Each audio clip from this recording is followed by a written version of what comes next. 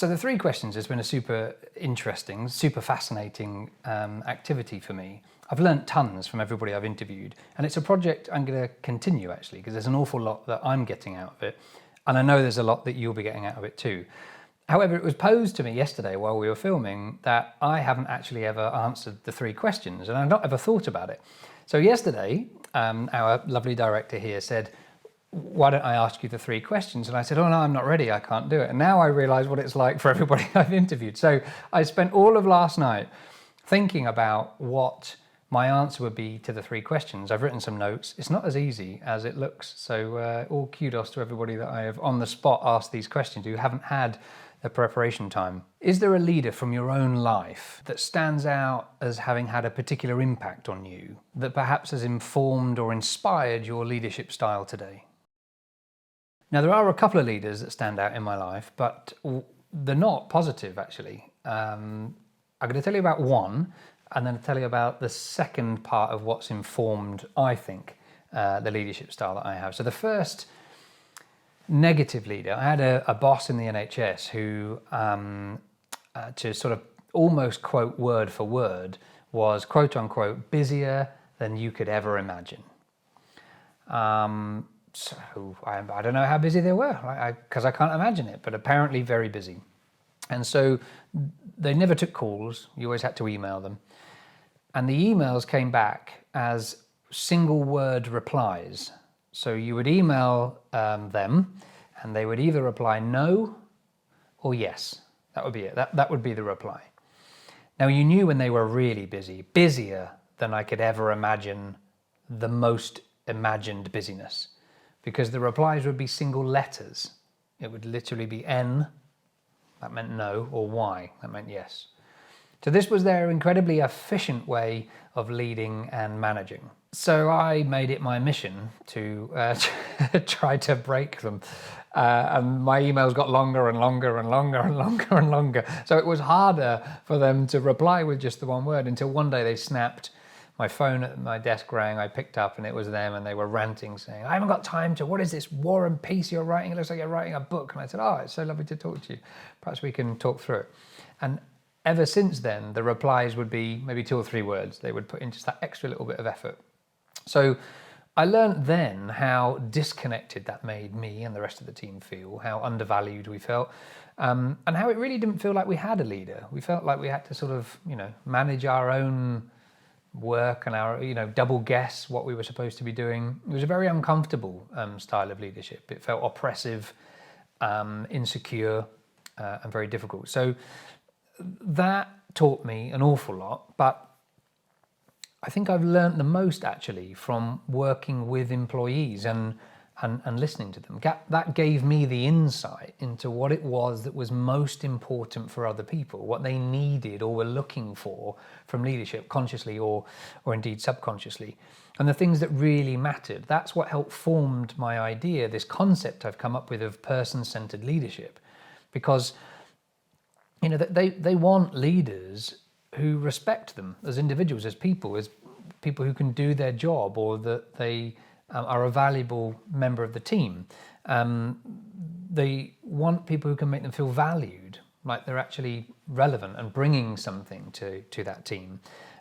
They want leaders who can bring them close, so that you feel like a genuine, true team, like you're all collaborating the same thing, and to help create meaningful work. Because we all want to go to work and enjoy it, right? Or feel like we've made a difference in a small way. We might not have saved the world or saved a life, but at least we don't feel like we're just turning up and, lining someone else's pockets, right? And I think this is interesting because those types of leaders help other people to feel like they understand their place.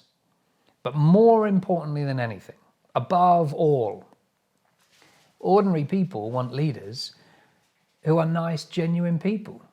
They just want to be around nice people. Don't we all? Like, you don't want to be around people who are morons. You don't want to be around people who are, irritable or angry, or you want to spend time around nice, genuine, decent people. You don't have to be friends with them, and there's the big difference. What do you believe the most effective characteristics are for effective leaders? I think the 4 are: calmness is a really important characteristic for a leader, because frenetic, stressed, overexcited, over-energetic leaders don't create a sense of stability. And people can think and respond best when there is an element of calm, because calmness creates security, and security creates trust.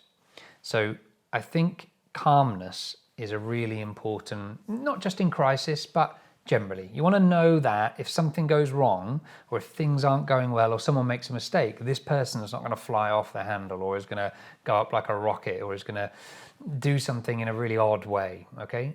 So calmness is that. The second thing I think is preparedness.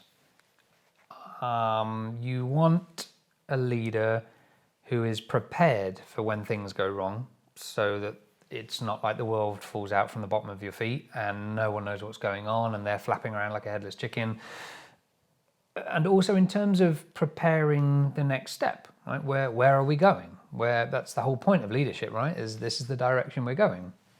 So I think the idea of being prepared is important. Pragmatic, again, that sort of leans into or comes back to the first point about being calm, because you want somebody who can be fair and balanced. You want somebody who can give objective opinions and think considerately about things that are going on, but also think in a way that, the thing about pragmatism is you trust people who are pragmatic, because you might not always hear what you want to hear, but you know it's fair. And you know that they are looking out for everybody for the right reasons. And then the fourth thing is honesty. And honesty, I think, is the golden thread of leadership, because honesty is the foundation of trust. So those are my four. That doesn't dismiss any others, and there are lots of others I probably could have added, but I wanted to try and keep it to the core characteristics. What is the greatest lesson you've learned that informs how you lead today?